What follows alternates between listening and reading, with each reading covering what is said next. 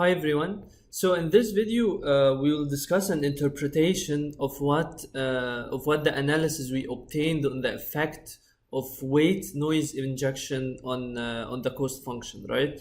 So last time we discussed the cost function with weight noise injection for a regression example where the cost function is given by the mean square error. And we called the prediction with the weight noise injected epsilon w, which is Gaussian with zero mean and variance eta, and there is no interaction between the different noise components.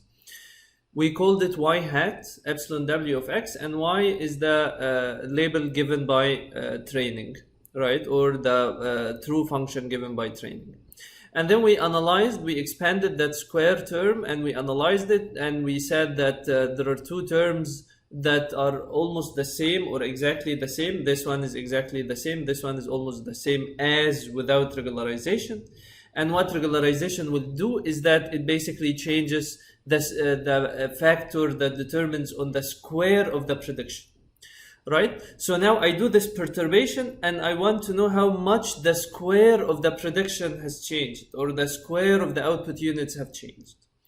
Now, if the variance of the noise is very small, if eta is very small, then actually this is the same as adding to the square of the prediction this term right here, which is the variance eta, right, times the expected value of the magnitude of the perturbation square, right? So so basically this is the L2 norm of the perturbation square, right? So this is the L2 norm of the perturbation of the gradient of the prediction with respect to the weights, right? So the perturbation square becomes the variance times the expected value of the square of the gradient of the prediction with respect to the weights. So this is how much the output units are sensitive to small changes in the weights, because we are doing a perturbation, right? So ultimately what happens is that it's affected by how much the prediction or the output units are affected, because the cost function depends on the output units, how much the output units depend on small changes in the weights, right? So this is the gradient with respect to the weight parameters, all the weight parameters of the prediction y hat. We take the L2 norm and then we square it. So every component we square it and then we sum. And this is the expected value of this change, or of this sensitivity of the prediction with respect to the weights, right? So now that goes back to the discussion we had before. Remember when we said you have W1 star here and W2 star in a flatter region, then this would encourage the solution in the flatter region.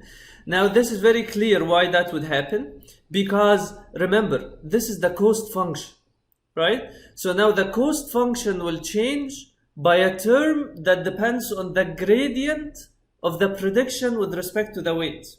Now I update the parameters based on the gradient of the cost function, right? So I take the gradient of this whole thing, right? So the gradient of the gradient, now this will be second order derivative information, right? So this will depend on the Hessian, right? So in this, for this solution, because it goes up very quickly, the second derivative is large.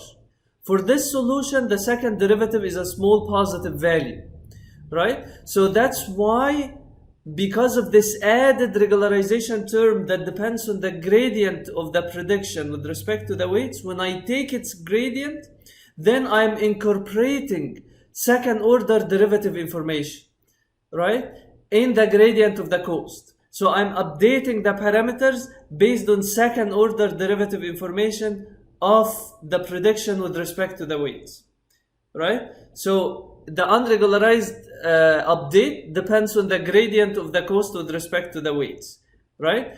Now the added term, the regularization added term, due to noise injection in the weights, will introduce a parameter update that incorporates second order derivative information of the output units with respect to the weights, right? So recall that when I use backpropagation, the update will depend on the first order derivative information of the prediction with respect to the weights, right? So actually this thing, without squaring or anything, this thing contributes to the unregularized parameter update. But now that is added term to the cost itself, not the gradient.